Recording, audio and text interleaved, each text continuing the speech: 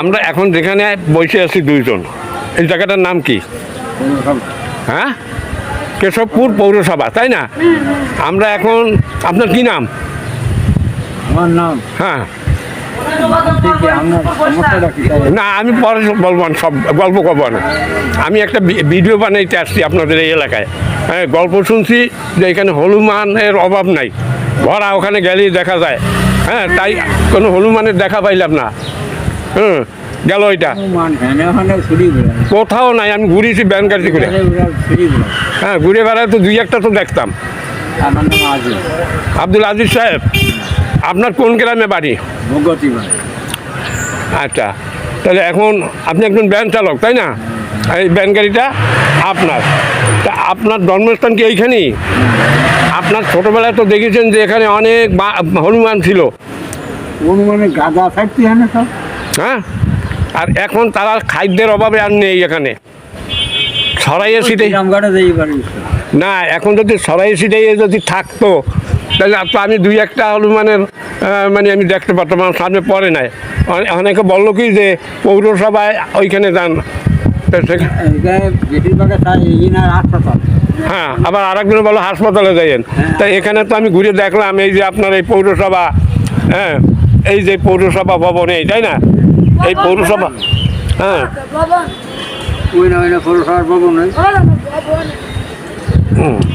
যাই হোক, এখন এখানে কোনো হনুমানের দেখা নেই, দেখা মেলে নাই এখন ভাই।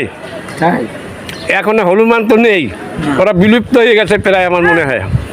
হ্যাঁ, হ্যাঁ, আছে, কোথায় আছে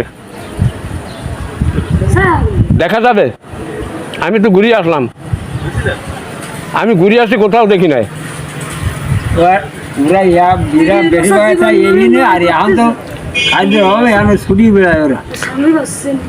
এখন আবার কেউ পারে হাসপাতালের ওইখানে পাওয়া যাইতে পারে।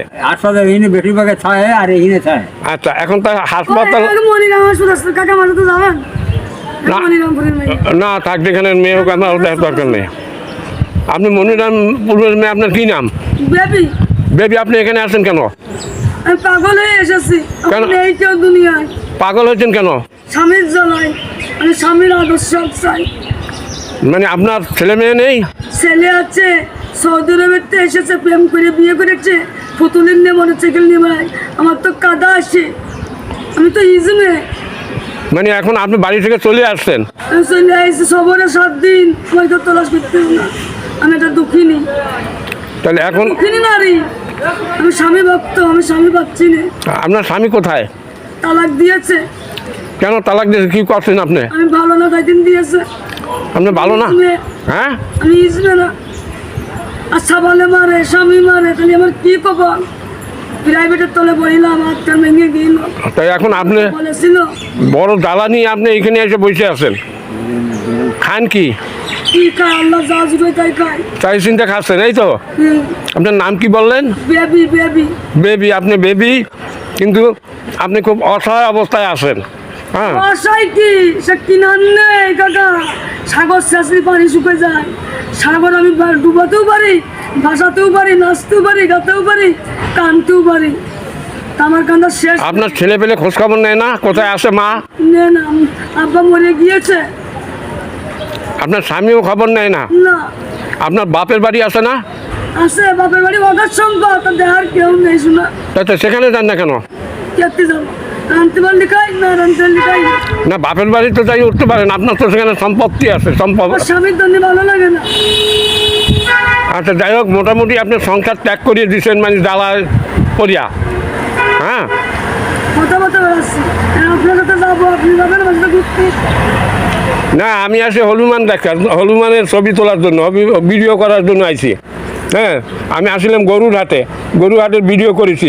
আজকে তো গরুরহাট মানে লোকজন আসে না তেমন। আমার স্বামী কি হবে তাই হইতে পারে, অসুবিধা নাই। দেখেন, আল্লাহ আল্লাহ করেন, আল্লাহ মিলিয়ে দেবে।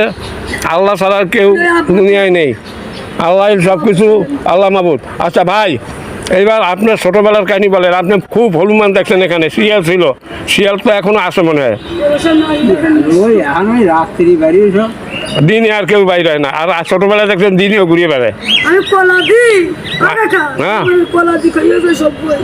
আচ্ছা যাই হোক, তাহলে এখন আমি উপজেলা ওখানে গেলে, উপজেলা না আপনার হাসপাতাল ওখানে গেলে হয়তো দেখতে পারি, তাই না? তা ওই জায়গায় তুমি কত দূর এখান থেকে? বেশি দূর? না ওই আচ্ছা ঠিক আছে, আমি